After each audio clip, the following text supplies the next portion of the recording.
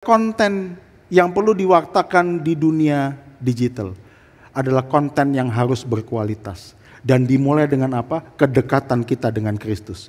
Tanpa kedekatan dengan Kristus, maka konten yang kita sampaikan itu nggak ada artinya.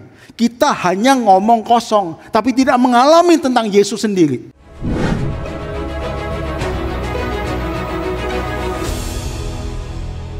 Silakan duduk, saudara-saudara.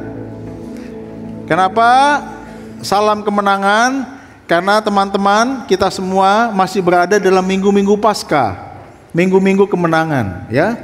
Terhitung mulai dari tanggal 20 Paskah pertama atau kebangkitan pertama, 27 sampai dengan nanti Pentakosta, kita ada di dalam minggu kebangkitan atau minggu kemenangan, ya.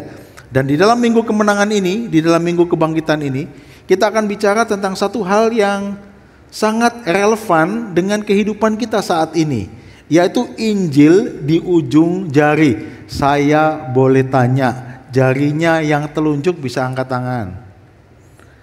Betulkah jari itu yang sering dipakai untuk touchscreen? Atau jari yang lain? Atau jari telunjuk? Oke, pertanyaan saya yang kedua. Tadi pagi waktu bangun, apa yang pertama kali dipegang? Halo? Suami? Enggak. Istri? Enggak. Alkitab? Lebih-lebih, ya. Apa yang pertama kali dipegang? Yaitu apa? HP, ya. Dan saya boleh tanya, pada waktu pertama kali buka HP, apa yang dibuka? Hah? Berita, WA, apa? Atau ada beberapa orang yang suka ngelihat berita duka. Teman saya yang mati siapa? Ada. Ada orang yang suka ngelihat berita ulang tahun. Hari ini teman saya yang ulang tahun siapa? Ya. Ada yang langsung buka saham. Ada yang langsung buka namanya warta, berita atau berita apapun. Saya mau nanya, Bapak Ibu pertama kali bangun touchscreen, buka HP, apa yang pertama kali buka? Jam kebaktian? Rasanya tidak. Apa? Apa? WA? Dan aktivitas kita kalau pagi membuka dan ngecek siapa yang ulang tahun, siapa yang teman kita yang sudah tidak ada, tapi malam hari ngapusin berita, betul? Itu aktivitas kita. Kita berarti ada waktu 18 jam diberikan ruang di digital untuk memberikan pengaruh. Apa yang kita bisa pelajari dari firman Tuhan tentang prinsip misi di era digital?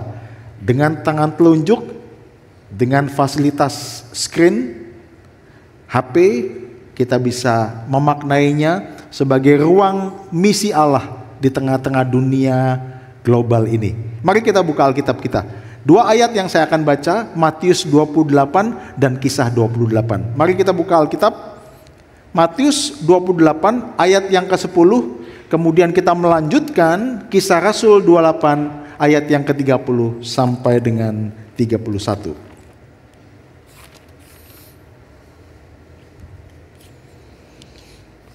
Maaf, ini ada kebaktian online. Ada online ya? Oke. Bapak Ibu, walaupun Bapak Ibu onsite, jangan online ya. Karena banyak orang yang onsite tetap online. Maksudnya apa? Di kebaktian main game. Di kebaktian buka Shopee ya, jangan ya. Atau di kebaktian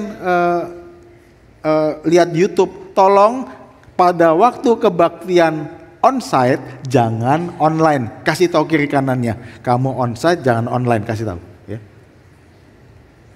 Oke ya, sepakat ya.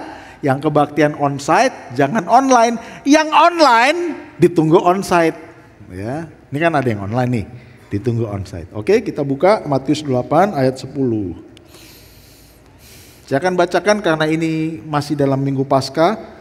28 ayat 10, demikian firman Tuhan. Kata Yesus kepada mereka, saya membaca terjemahan baru kedua. Kata Yesus kepada mereka, jangan takut, pergi dan katakanlah kepada saudara-saudaraku supaya mereka pergi ke Galilea dan di sanalah mereka akan melihat aku. Kenapa nggak di sini saja? Kenapa harus di sana? Ini pertanyaan besarnya. Tuhan, kenapa nggak lihat di sini, tapi lihat di sana? Oke, Kisah Rasul 28 ayat 30 sampai 31.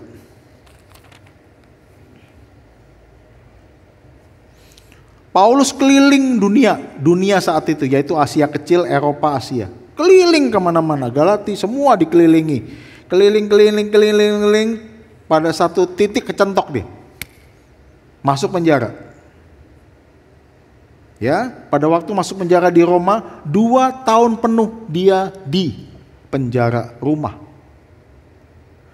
Waktu keliling, dia bisa melakukan banyak penginjilan. Banyak orang yang bertobat, banyak jemaat yang dimenangkan. Pertanyaannya, pada saat dia dikunci mati di sebuah rumah tahanan, 2 tahun penuh, bisa ngapain dia di sana? Kita lihat 28 ayat 30 sampai 31. Paulus tinggal 2 tahun penuh di rumah yang disewanya sendiri. Ayat berikutnya, kalimat berikutnya, ia menerima semua orang yang datang kepadanya, ayat 31, dengan terus terang dan tanpa rintangan apa-apa ia memberitakan kerajaan Allah dan mengajarkan tentang Tuhan Yesus Kristus. Berbahagialah saudara dan saya mendengarkan firman, menyimpan di dalam hati dan melakukan dalam kehidupan setiap kita. Firman Tuhan pada pagi hari ini akan kunci di dalam 3 pokok penting. 1 konsep, 2 konteks, dan 3 konten. Ketika kita mau mengambil sebuah keputusan untuk masuk di dalam digital, terutama dalam melaksanakan misi pelayanan atau misi penginjilan, harus mengingat 3 hal ini: konsep, konteks, dan konten. Tetapi saya memberikan catatan kepada Pendeta Alex dan mungkin Diaken Bobby, bisa undang satu lembaga yang memang bergelut di dalam misi ini di Surabaya, namanya I Declare. Ya, dulu Yes He Is di Bandung. Dua-duanya kerjasama. Itu menyiapkan jemaat untuk bisa menggunakan kanal-kanal di media sosial, bagaimana caranya memanfaatkan dengan bijak, tapi juga dengan cermat sesuai dengan karakteristik kita masing-masing. Ada orang yang suka TikTok, tapi rasanya oma-oma nggak TikTokan. Ya, betul ya. Ada orang yang menggunakan hanya WA, tetapi WA sebenarnya untuk beberapa kalangan sudah sangat cukup. Nah, lembaga ini melengkapi jemaat untuk bisa masuk fasilitas-fasilitas ini dengan cermat tapi juga tepat. Kadang-kadang tidak tepat. Ya, kontennya juga tidak tepat. Saudara-saudara, waktu kita tidak banyak. Saudara tahu di Surabaya ada penelitian kemarin, satu hari berapa jam orang menghabiskan di depan layar? Layar itu bisa laptop, HP, atau TV. Berapa jam? Ada yang bisa tebak? Di Makassar. Di Bandung berapa jam? Ada penelitian di Surabaya, ada penelitian kemarin. Berapa jam kira-kira? Saya bertanya kepada Dinas Kesehatan Mental.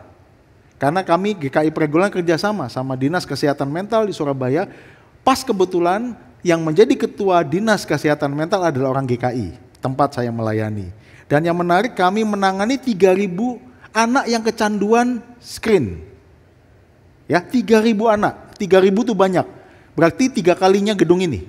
Kalau dikumpulin semua nggak cukup, 3.000 anak. Dan yang luar biasa, mereka semua di bawah 12 tahun. Ya, yang masuk rumah sakit Menur itu di daerah Manyar. Rumah sakit Menur, yang masuk daya tampungnya cuma 200 bed. Bayangkan ada 2.800 yang dikembalikan ke rumah dan didampingi oleh para konselor di rumah masing-masing. Maka kerjasama dengan kecamatan-kecamatan, 3.000 orang yang ketahuan. Artinya begini, Positifnya adalah bahwa anak-anak sejak dini itu sudah menggunakan fasilitas ini. Itu positifnya. Ya. Yang menarik adalah berarti orang sudah terikat dengan screen time itu relatif akan bertambah waktunya. Ya. Bapak Ibu kira-kira kalau Bapak Ibu ditanya berapa lama? 1 hari. Ayo. Berapa? Dikumpulkan akumulasi berapa? 1 jam lebih. 2 jam, wah kayaknya kurang. Main game aja dari jam 12 malam sampai jam 6 pagi, betul ya? Itu udah 6 jam. Saudara, rata-rata di Surabaya, rata-rata dipukul rata, 1 orang menghabiskan 4 jam untuk screen time. 4 jam. Kalau menurut penelitian gangguan mental di Surabaya, kalau orang lebih daripada 4 jam, 4 sampai 6 jam, itu sudah tergolong adiktif. Nah saudara-saudara sekalian, artinya ini merupakan fasilitas netral yang apa? Bisa membuat orang teracuni, merusak, tapi juga banyak manfaatnya. Nah kita berperang di dalam dunia digital ini. Bagaimana kita mengambil bagian ini, mengambil wilayah itu, mengambil era ini, mengambil sarana ini untuk kita memasukkan konten yang bisa memuliakan nama Tuhan. Pak Alex, Pak Bobby, apakah sudah pernah buat penelitian kebaktian online di sini? Oke, yang ikut kebaktian online itu durasinya berapa lama? Yang masuk. Di GKI Pragulan mengadakan penelitian itu. Saya mau kasih tahu, dulu waktu pandemik ya, rata-rata yang masuk online ikut kebaktian online 40 menit. Tapi setelah ini nggak lebih dari 10 menit. Artinya apa? Dan yang live itu artinya apa? Yang ikut kebaktian live itu real time. Jadi kayak begini, jam 10:30 real time. Itu kami tersisa hanya 80 orang. Setelah jamnya selesai, ya kalau real time berarti dia kebaktian 1,5 jam ikut semua, itu 80 orang. Tetapi saudara-saudara, setelah kebaktian selesai, yang buka kanal kebaktian kami analisa tidak lebih dari 10 menit. Cukup banyak. Nah, kami survei di beberapa orang yang ikut kebaktian itu. Menarik sekali, kami temukan ada 10 orang. Dari 10 orang ini laporannya macam-macam. Cuman 10 menit ngapain? Dicepetin 2 kali. Jadi kebaktiannya kayak gitu, dicepetin, selesai udah. Itu satu. Yang kedua, cuma ngelihat khotbahnya aja, jebret. Tapi khotbahnya nggak dari awal. Di tengah-tengah, yang penting apa? Aplikasinya apa? Jebret. Ya. Yang lain 10 menit apa? Pada waktu doa syafaat dan persembahan karena apa? Kalau ditanya sama anaknya, sudah kebaktian? Jawabannya? Sudah. Berapa menit? 10 menit. Jadi menarik sekali teman-teman. Itu berarti tantangan kita terbesar adalah membuat konten yang bisa bukan hanya eye catch, tapi juga memberikan inspirasi dalam waktu yang singkat. Betul nggak? Ini tantangan kita semua. Ini bukan hal yang mudah. Ini bukan hal yang mudah. Tapi ini peluang bagi kita untuk bisa menggarami dan mewarnai di dunia yang begitu luas dan tanpa batas. Maka kita harus bicara tentang konsep, konteks, dan konten. Saudara-saudara, konsepnya adalah misi di era digital adalah momentum dan sarana untuk menyatakan kemenangan Kristus. Jangan lupa saudara-saudara, Anda bisa membuat konten apapun, Anda bisa masuk kanal apapun, tapi jangan lupa siapa yang diberitakan. Saya melihat pembicaraan tentang Yesus masih menjadi topik yang sangat ditunggu dan dinanti. Ya, dan banyak pertanyaan. Saya pernah di dalam sebuah podcast, kami buat podcast, pertanyaan yang masuk begitu banyak terkait dengan Yesus Kristus. Dan yang masuk tentang Yesus Kristus, pribadi Yesus, karyanya, Allah dan manusia, semua itu sampai sekarang sangat menarik. Dan yang bagi saya cukup penting adalah yang bertanya itu banyak orang yang bukan Kristen. Masih tetap menarik. Maka saudara-saudara, di sini saya menangkap bahwa apa? Yang perlu kita beritakan adalah Kristus dan kemenangannya. Dan kemarin waktu podcast saya menekankan ini. Bahwa kemenangan Kristus di dalam Alkitab artinya bukan hanya sekedar kemenangan, tapi merupakan sebuah momentum dia menyatakan kuasanya atas. Karena berbeda pemahaman antara kemenangan dan berkuasa atas. Apa bedanya? Kemarin Inter Milan sama Barcelona menang siapa ya? 4-3. Wah, itu pertandingan jam-jam 2 itu ya. Biasanya ngantuk, ini 4-3. Gol melulu ya. Bolak-balik gol-gol, nggak tidur-tidur ya. Sampai akhir 4-3. Tapi saudara, walaupun Inter Milan menang sama Barcelona, dia hanya menang, bukan berkuasa atas.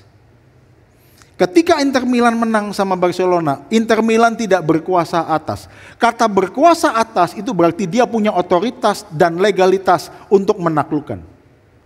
Saudara-saudara, di dalam Matius, sebelum masuk Matius 28, Yesus menyatakan 5 kemenangan sekaligus. Yang pertama, dia berkuasa atas penyakit. Dia berkuasa atas dosa. Dia berkuasa atas alam. Dia berkuasa atas iblis. Dan dia berkuasa atas maut. Di dalam bacaan yang kita baca Matius 28 ayat 10. Di sana menegaskan, Matius ingin menampilkan dan menyatakan bahwa Kristus itu menang atas maut.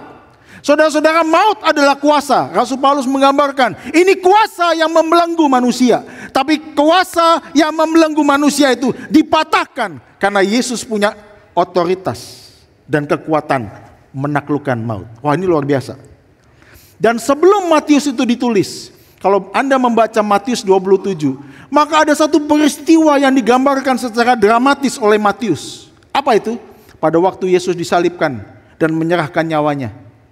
Anda tahu? Ada gempa. Dan pada saat gempa apa yang terjadi? Tabir itu terbelah dari mana? Bawah ke atas atau atas ke bawah? Halo? Kalau dari bawah ke atas, Pak, itu yang gunting imamnya, Pak. Tapi tabir terbelah itu dari atas ke bawah. Ini penggambaran bahwa apa? Tabir sebagai tanda dari pemisahan manusia dan Allah itu dibelah oleh Allah sendiri. Hanya Allah yang punya otoritas membelah itu. Matius menggambarkan itu. Dan Anda mengikuti berikutnya. Setelah tabir itu terbelah dari atas ke bawah, kubur itu terbuka sehingga orang-orang kudus itu bangkit dari bawah ke atas. Wah, itu penggambaran yang menurut saya gegap gempitanya kemenangan Kristus yang bangkit, bahwa maut itu dikalahkan, semua dipisahkan. Kita manusia itu bisa bersekutu dengan Allah. Ini luar biasa. Maka saudara-saudara sekalian, yang kita beritakan adalah Kristus yang bangkit. Banyak pertanyaan tentang Yesus di dalam kanal-kanal itu. Ada beberapa mahasiswa dari lain keyakinan yang seringkali datang ke tempat kami untuk bertanya soal ini. Minggu depan tanggal berapa ya? Tanggal 18 saya ke Palangkaraya. Ada juga diskusi tentang interreligi dengan teman-teman dari komunitas lain. Tanggal 25 ada beberapa mahasiswa akan datang ke Pregulan bertanya soal kepada Yesus tentang komparatif keyakinan. Saudara-saudara, saya meyakini begini. Isu tentang Yesus itu masih dicari orang. Maka disinilah pentingnya dunia ini membutuhkan Yesus. Itu kesimpulan saya. Kesimpulan saya, dunia membutuhkan Yesus. Karena dia bukan hanya menang, dia berkuasa atas. Dan dia yang bangkit dan menyertai kehidupan Anda. Amin. Itu yang harus kita yakini, teman-teman. Maka jangan lupa untuk memegang keyakinan ini. Kemenangan orang percaya bergantung pada kemenangan Kristus yang total dan sempurna. Momen kerapuhan muridnya adalah momen penyataan kemenangannya. Percaya ini? Gini. Kalau ada keyakinan lain juga merayakan kemenangan yang belum lama ini, ada pertanyaan kemudian, apa bedanya kemenangan mereka dan kemenangan kita? Bedanya? Ada yang tahu? Kemenangan saudara-saudara kita di lain keyakinan, itu kemenangan berdasarkan apa yang mereka lakukan. Tapi kemenangan kita berdasarkan apa yang Yesus telah lakukan. Dan kemenangan saya dan saudara-saudara, itu berdasarkan dari apa yang Tuhan lakukan di dalam kehidupanmu dan kehidupanku. Dan di sanalah letak dari iman kita. Kita bertumpu pada kemenangan Yesus yang telah Dia nyatakan. Tetapi saudara-saudara sekalian, engkau bertanya begini, Pak, kalau Yesus sudah menang, kenapa Tuhan izinkan aku tetap sakit? Tak, kalau Tuhan itu menang, kenapa toko saya sepi terus? Pak, kalau Tuhan itu menang, kenapa anak saya mengalami kesusahan? Kenapa bisnis saya tidak lancar? Jawabannya? Oh, kalau gitu, kalau tokomu tidak laris, masukkan kucing taruh di depan, toko bisa laris lagi, betul? Saudara, sekarang ini waktunya banyak orang menawarkan segala sesuatu demi Anda dan saya untung. Apapun bisa dilakukan. Tapi apakah itu pilihan kita? Saya memaknainya begini. Ketika Tuhan itu menang dan engkau diizinkan untuk mengalami gelut-gemelutnya kehidupan, pergumulan yang tidak mudah yang kau jalani sekarang, tantangan demi tantangan ada di dalam kehidupanmu. Hanya satu tujuan, kenapa Tuhan izinkan itu terjadi? Supaya melalui kerapuhanmu, Allah menyatakan kemuliaan-Nya. Di tengah-tengah sakit kita, bukankah Dia ingin menyatakan betapa Dia setia untuk menyertai saudara-saudara di dalam pergumulan harian dalam kita menghadapi sakit penyakit, betul? Ketika tokomu sepi, bisnismu gak lancar, bukankah itu merupakan momentum engkau menunjukkan integritas dan kesetiaan sebagai tanda bahwa Tuhan tidak pernah meninggalkan hidupmu? Ada satu orang ibu baru percaya 3 bulan mengikuti Tuhan Yesus, kena serang kanker tumor sinus. Baru 3 bulan jadi orang Kristen, ikut suaminya. Setelah dia menikah 12 tahun, 3 bulan ikut suaminya jadi orang Kristen. Setelah 3 bulan dideteksi itu, divonis itu. Saudara, anak-anaknya berdoa, suaminya berdoa, tetapi Tuhan mengizinkan dia tidak sembuh. Tumor itu makin besar dan menekan bagian matanya, sehingga matanya hampir mau keluar.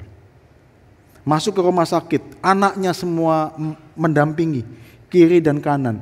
Ngejus untuk mamanya karena tidak bisa lagi makan disuap. Pakai alat, semuanya dijus. Ada saudaranya datang dari suatu tempat, datang dari satu gunung di Jawa Timur, namanya gunung, kok tahu? Dari sana bawa air dan mengatakan ini sudah didoakan atas nama ini. Minum langsung sembuh. Kira-kira kalau bapak ibu yang mengalami hal itu diminum gak airnya? Ibu ini bilang tidak mau. Karena iman saya sudah sama Yesus. Beberapa bulan kemudian, 2 bulan, dia dipanggil Tuhan. Pas tutup peti, saudaranya yang bawa air minum itu marah-marah. Bilang jadi orang Kristen tuh bodoh. Sayang tutup peti waktu itu.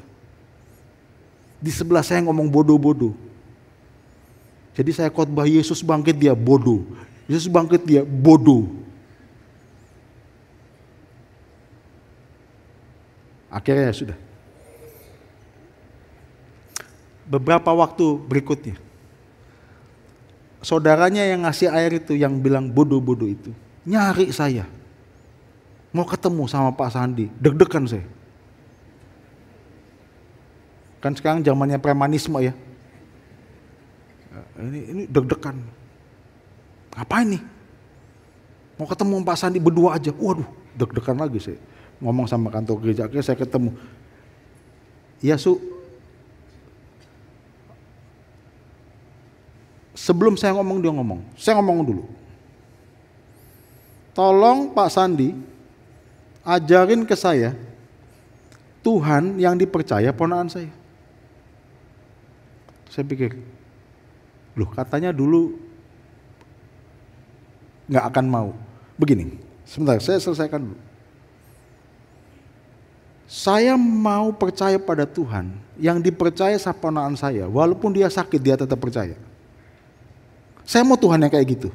Saya nggak mau Tuhan yang diikuti hanya waktu untung, waktu sehat, dan waktu makmur. Saya mau Tuhan yang dipercaya sama ponakan saya. Tolong ceritakan Tuhan seperti itu. Saudara-saudara, apa yang disimpulkan oleh saya menyimpulkan bahwa kesaksian ponakannya ini memang dia tidak sembuh, tapi kualitas kesetiaan, integritas, dan kesungguhannya ikut Yesus itu memberkati keluarganya. Itu berarti teman-teman, jika engkau diizinkan Tuhan ada di dalam situasi yang saat ini mungkin engkau sendiri sulit untuk menghadapinya, saya percaya itu adalah kesempatan Tuhan menyatakan kemuliaannya. Amin.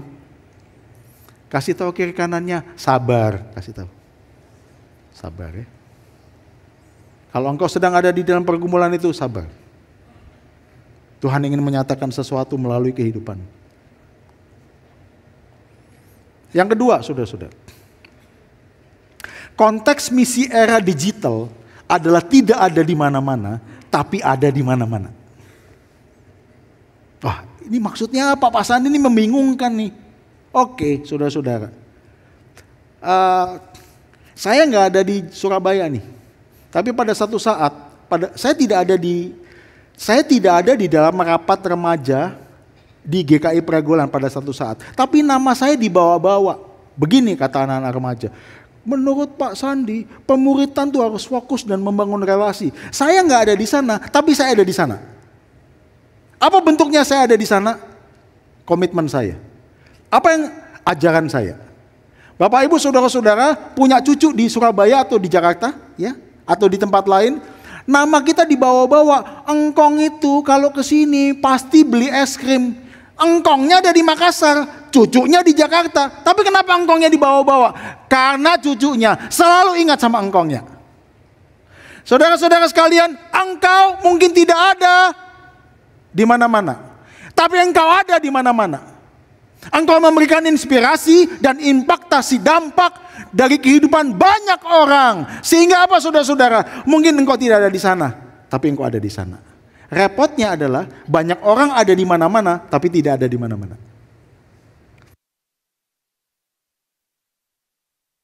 Ikut rapat komisi remaja, ikut rapat komisi pemuda, ikut rapat komisi anak, ikut rapat komisi dewasa, ikut rapat komisi tidak dewasa, ikut rapat komisi senior, ikut rapat di mana-mana, tapi tidak punya dampak apa-apa. Dia ada di mana-mana, tapi tidak ada di mana-mana. Tanya sama sebelahnya, kamu yang mana?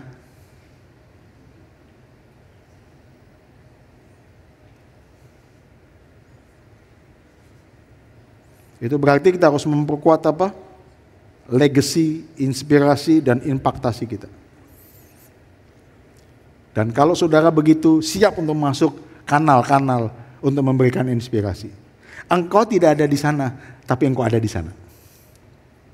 Keteladananmu, hikmatmu, kebijaksanaanmu, keteladananmu, hatimu, apapun bisa diingat oleh orang walaupun engkau tidak ada di sana.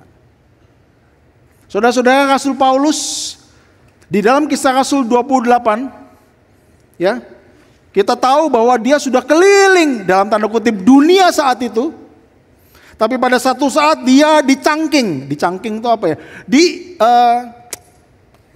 Dibatasi oleh satu tempat yang namanya penjara rumah. Yang gila adalah dia nyewa sendiri. Saudara, mana ada orang nyewa di penjara rumahnya itu disewa sendiri. Ini betul-betul nggak modal ini Kaisar Romawi. Paulus di penjara dan penjaranya nyewa sendiri. Saudara-saudara, dia diikat 2 tahun di sana, nggak bisa kemana-mana. Karena ada orang yang menjaga, ada beberapa pasukan yang menjaga. Tapi pertanyaannya, apakah pada saat dia di penjara, dia dibatasi dengan satu ruang yang terbatas, itu membatasi gerak Paulus mengabarkan Injil? Jawabannya, tidak. Karena 2 hal. 1, banyak orang datang malah ke tempat dia. Dulu ketika dia di Galatia atau di Efesus, hanya orang-orang Galatia dan hanya orang-orang Efesus yang ketemu. Tapi waktu dia di penjara, semua orang dari Galatia, dari Efesus, dari Filipi, dari ini kumpul ke Roma, ketemu, ngobrol sama-sama. Ada ruang perjumpaan. Dan ini adalah media sosial. Saudara sadar nggak media sosial itu adalah ruang perjumpaan? Betul? Siapa di sini yang masuk grup alumninya sampai 3, angkat tangan? Alumni kuliah, SMA, SD, ada? 3? TK nggak ada ya? Udah lupa ya. Apalagi alumni banyak. Ada komunitas pet pencinta anjing, pencinta kucing. Saya masuk semua, saudara-saudara. Ya. Itu gara-gara miara anjing, juga ada komunitas saya itu ikut rescue-nya kucing. Ya. Jadi ada kucing hilang, masuk situ. Ya. Kucing ketemu, masuk situ. Kucing ketabrak, masuk situ. Kucing dimakan tetangga, masuk situ. Rupanya ada komunitas tertentu yang suka makan kucing loh. Maka dilaporkan di itu WA, pokoknya urusan kucing. Bayangin saudara-saudara, setiap kita mungkin saja WA Anda atau HP Anda di dalamnya itu punya 10 komunitas. Betul nggak? Berapa? Ayo. Bukankah itu merupakan perjumpaan? Anda tidak kenal. Mungkin ada orang yang masuk di dalam grup, Anda tidak pernah kenal. Tetapi ketika ketemu rupanya semua itu nyambung. Oh ketemu ini, oh ini nyambung. Saudara-saudara, tanpa disadari media sosial adalah ruang perjumpaan. Dan itu merupakan kesempatan kita untuk memberitakan tentang Kristus di dalam ruang perjumpaan itu. Yang kedua, Rasul Paulus ada di dalam penjara rumah. Orang-orang datang kepada dia, berjumpa dengan dia, ngobrol bersama. Ada 1 kali waktu bersama-sama dia ngobrol sama orang-orang dari berbagai tempat. Dan yang menarik saudara-saudara, di rumah penjara ini Rasul Paulus menuliskan 4 surat. Dan ini yang terbanyak yang pernah dia tuliskan di satu tempat. Dia tuliskan untuk Efesus, dia tuliskan untuk Kolose, dia tuliskan untuk Filipi, dan dia tuliskan untuk Filemon. Luar biasa. Dia dibatasi? Tidak.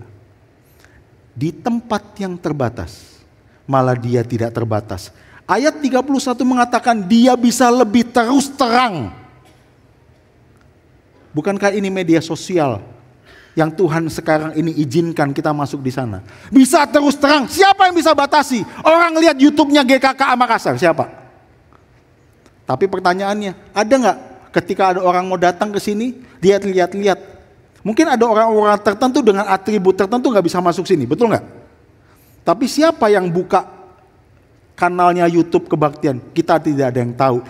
Tidak terbatas.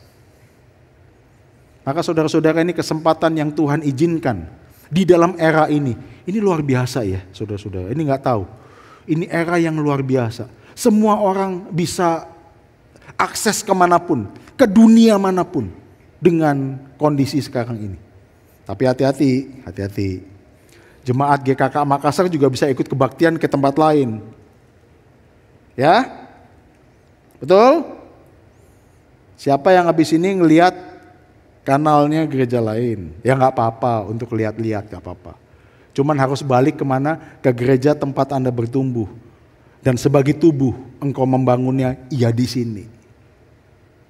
Saudara-saudara, ini ruang yang Tuhan izinkan. Kita harus lebih produktif sekarang, ya, untuk bisa menciptakan dan berkreasi, terutama anak-anak muda.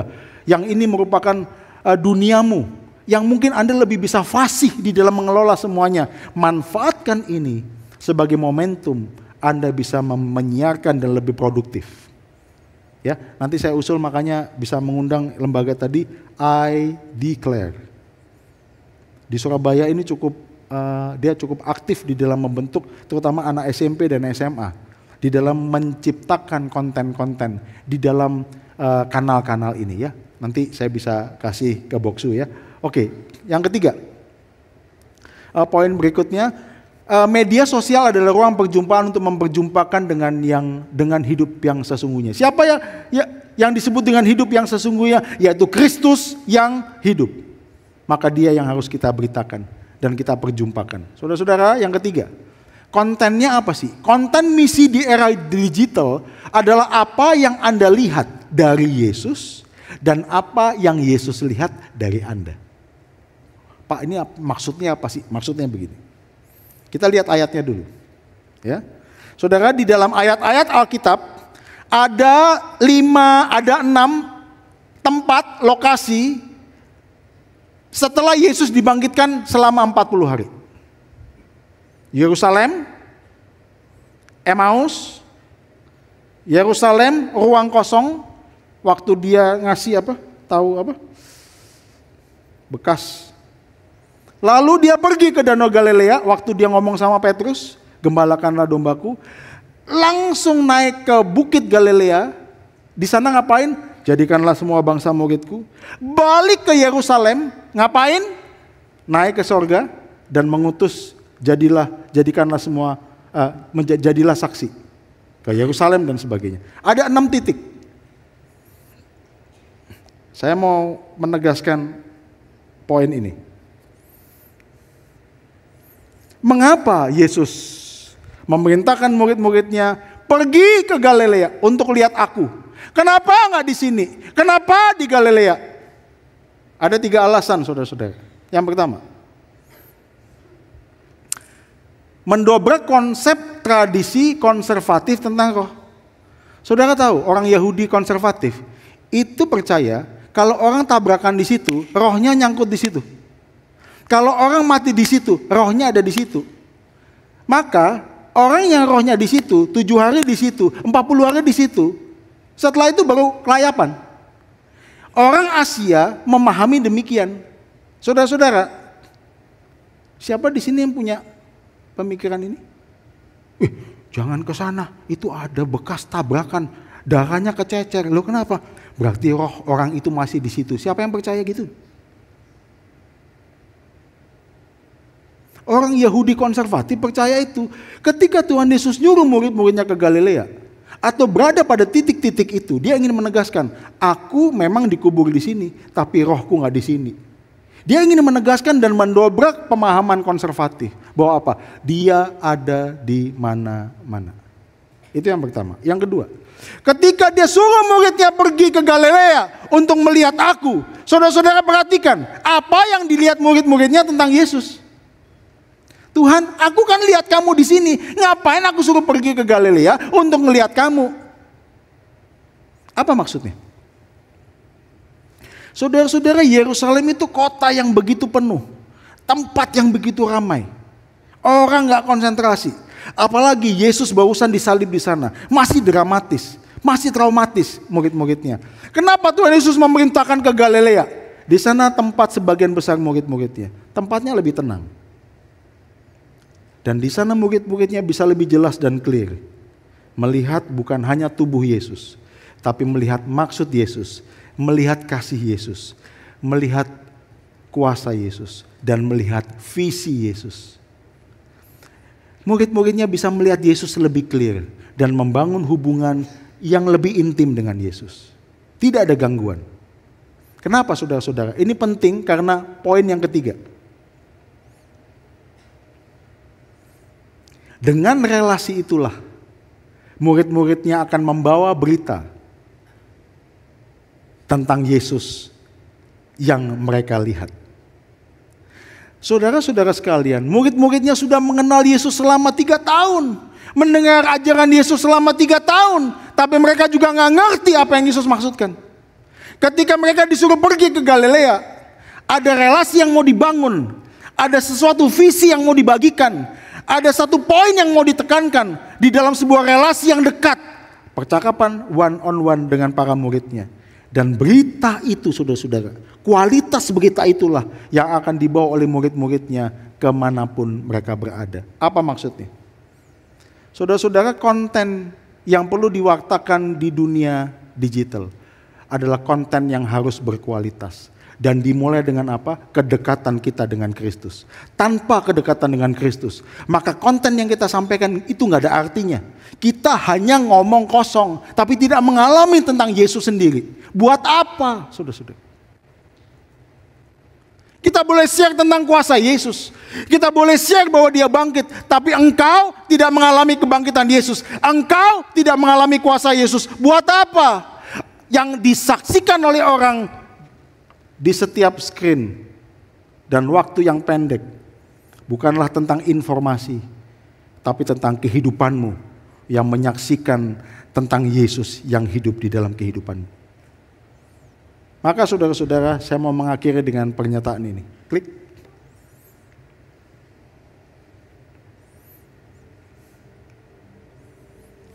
Saat engkau membaca firman-Nya, Tuhan itu membaca hidupmu. Apa yang kita bagikan di dalam kehidupan ini kalau bukan Yesus yang hidup di dalam kehidupanmu? Kapan? Pada saat saya membaca firman-Nya, Tuhan membaca hidupku. Dan di era digitalisasi, misi kita bukan kristenisasi. Ini satu vocab baru yang saya buat hanya untuk GKKA Makassar. GKKA Makassar, yaitu apa? Kristusisasi. Pernah dengar?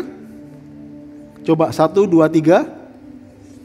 Misi kita bukan kristenisasi tapi kristusisasi. 1, 2, 3. Kalau kristenisasi itu menjadikan orang Kristen, itu misi, bukan misi kita. Misi kita adalah kristusisasi. Apa maksudnya? Menjadikan orang serupa dengan Kristus. Katanya apa? Kristusisasi. Oke, sekarang nanti ubah profilnya ya, semua profilnya. Kristusisasi itu satu vocab baru yang gak ada di Kamus Besar Bahasa Indonesia, tapi hanya ada di kebaktian, 2 kali kebaktian 7:30 dan 7:11 ini. Kristusisasi. 1, 2, 3. Jadi orang Kristen harus kristusisasi. Orang Kristen harus kristusisasi. Apa artinya? Kristusisasi adalah proses keserupaan dengan Kristus melalui penguatan kualitas relasi dengan Kristus dan kemudian membawa orang bersama atau membersamai sesama untuk mengalami proses yang sama. Membawa orang untuk serupa dengan Kristus adalah kristusisasi. Serupa dengan Kristus adalah kristusisasi. Maka misi kita di dunia digital adalah kristusisasi. Itu panggilan engkau dan panggilanku. Melalui apa? Melalui Kristus yang hidup di dalam hidupku. Saudara-saudara, kita tidak punya modal yang lain. Pak, saya gak berani berkata-kata. Pak, saya gak bisa bicara. Gak masalah. Modalnya cuma satu. Apakah sungguh-sungguh engkau punya hubungan yang intim dan dekat dengan Yesus? Itu satu-satunya modal. Karena dengan itu engkau menyatakan Kristus di dalam kehidupanmu. Pak Bobi bisa maju ke depan. Pemuritan bukanlah begini. Pak Bobi ikut saya di belakang. Banyak orang berpikir mengikut Yesus itu kayak gini. Saya Yesusnya, tentunya saya Yesusnya, dia muridnya. Ya. Jalan. Ya. Saudara, oke, saya berhenti, terus saya ngomong, Pak Bobinya di mana? Di belakang. Saudara, serupa dengan Kristus hanya bisa terjadi pada saat saya begini. Muka dengan muka. Ini keserupaan hanya bisa terjadi pada saat kita punya hubungan muka dengan muka. Pemuritan bukanlah begini. Pemuritan adalah berkomunikasi, berjalan bersama. Maka waktu perjalanan ke Emmaus, gambaran lukisan yang paling dekat bukanlah Yesus ada di depan, murid-muridnya di belakang. Tapi bersama dengan murid-muridnya dia bercerita. Ada rupa dengan rupa, wajah dengan wajah bertemu. Disitulah kristusisasi terjadi. Saudara-saudara, wajahmu akan nampak di layar pada saat engkau bersaksi. Tulisanmu akan nampak di layar pada saat engkau bersaksi. testimonimu akan dilihat oleh wajah orang pada saat engkau bersaksi. Pertanyaannya, apa yang dunia lihat dari kehidupanmu? Saya percaya Yesus yang hidup di dalam hidupmu. Mari kita berdoa.